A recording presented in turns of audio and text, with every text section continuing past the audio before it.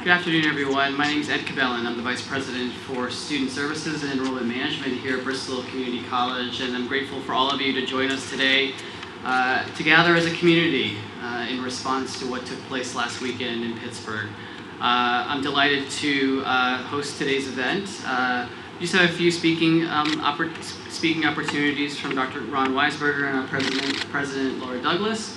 I'll also offer some remarks at the end and open up the microphone for those who feel that they would like to say something. We want to make sure that the community has a chance to speak as well. Thanks everybody for coming here. My name is Ron Weisberger. I'm the director of our Holocaust and Genocide Center here at the college. I have a few remarks. A week ago, Wednesday, a man tried to enter an African American church but found the door locked and then went to a grocery store and murdered 2 African Americans who were there shopping. 3 days later, a man entered a Jewish synagogue in Pittsburgh and murdered 11 people who were there praying. Both of these crimes were based on hate and bigotry and reflected a fear of the other. Of course, the other are fellow Americans who were targeted because they happen to be African American or Jewish. While these crimes were committed by individuals, they sadly reflect larger forces of racism and anti-Semitism that go way back in our history. The man who killed the 11 Jews in Pittsburgh said that he was doing so because Jewish groups were supporting immigrants coming into our country.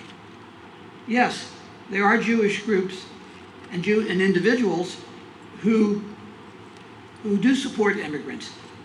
We are all children and grandchildren, etc., of immigrants. I would not be here if my grandparents had been kept out of the country. And I have a feeling most of you are in the same situation. It's one of the things that, to use our current president's phrase, makes our country great.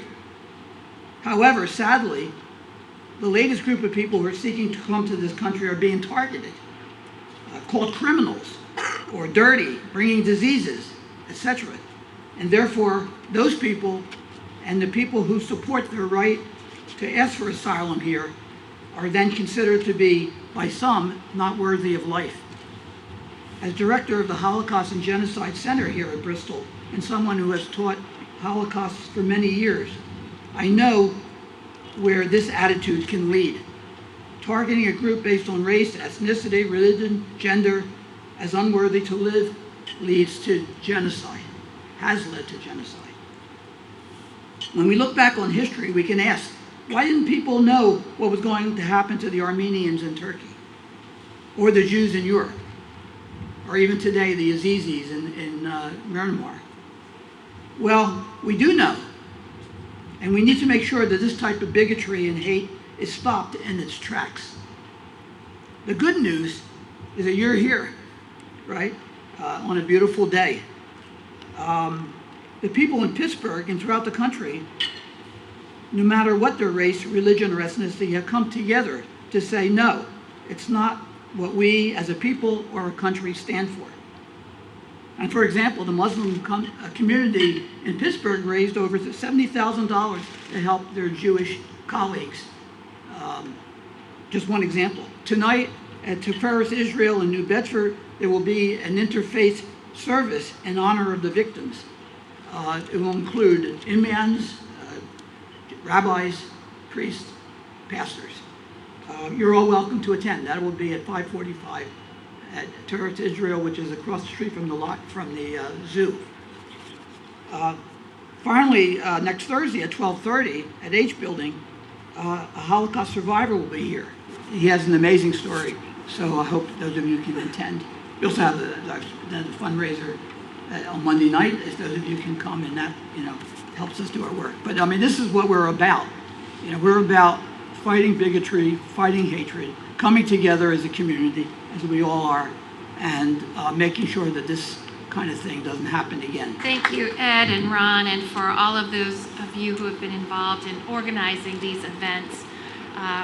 We are an educational institution, and this is a good time for us to learn, to pause, educate ourselves, and to educate others. So when we first talked about this event and the notion of coming together to share our reflections, first of all, I, like many of you, probably been talking about this with my friends and my family, and it's really taken over our dinner table conversation as to why these things happen and what have we learned. And as I reflect on Saturday's events at the Tree of Life Synagogue, I'm very deeply saddened, like you, by the hatred, by the bigotry, by the destruction that has happened on our American soil, and the innocent lives that were taken away. My heart is with the people who were taken too young and with the families and loved ones who are grieving their loss. But I'm proud, very proud of Bristol Community College, our community, because this is a place where I witness an awful lot of empathy, respect, and kindness. I see it here every day. And I hope that we can be the exemplar for peace, understanding, diversity, and inclusion. We can be the exemplar, whatever our religious practice, to show that freedom of religion is one of our most basic human rights.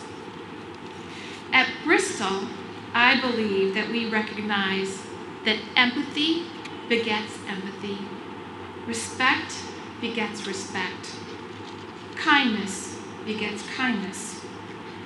We can outdo hatred, and this is our week to show it.